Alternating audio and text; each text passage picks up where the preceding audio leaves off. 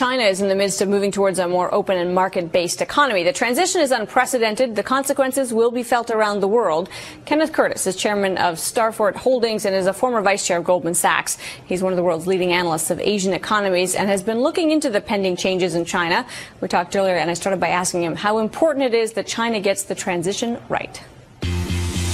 China's a $10–11 trillion economy today, so if anything goes wrong in the Chinese economy, obviously it has huge implications for the world economy, just like when the Bush bubble popped in the United States, it destabilized the whole world economy.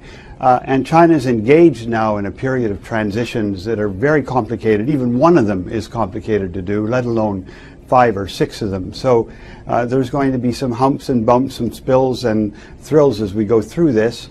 And so everyone's going to have to watch it very closely.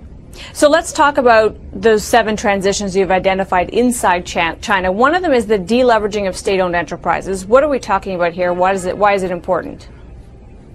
Well, what's happened, Amanda, over the last decade and a half is that the debt level of the state-owned companies, which still represent a big part of the economy, has built up and built up and built up dramatically. It's now about 1.5 times GDP. And yet these companies are generating fewer and fewer profits. And so in effect they're destroying capital. And the new government has decided to dramatically reduce the debt levels in these companies. So that means that some of them are going to disappear. There will be bankruptcies.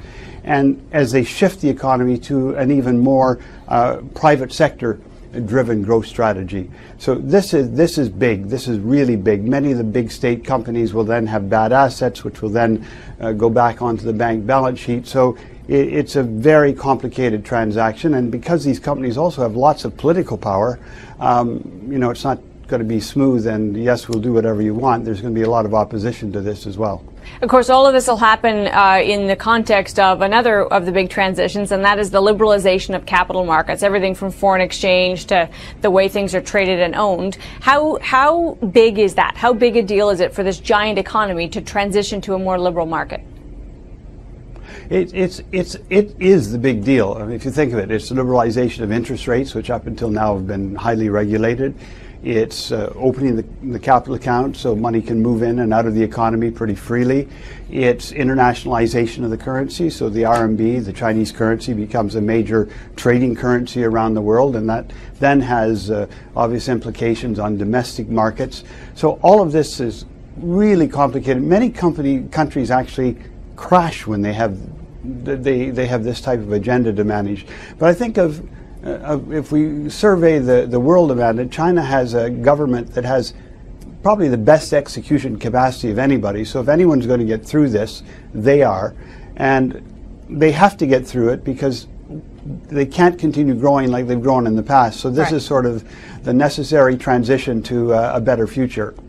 One of the questions that people ask, and we saw how China managed with its centralized economy, its centralized government, through the economic crisis, in some ways better than free market economies. Can it manage these transitions better because it is not a democracy, or is it going to run into issues of its own on that front, especially social issues?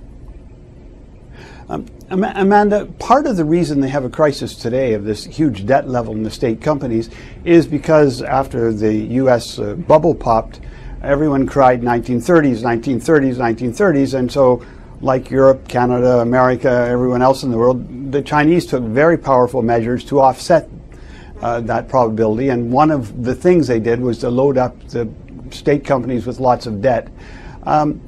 China is slowly one step ahead, a half a step back, moving to more public participation in the system in general.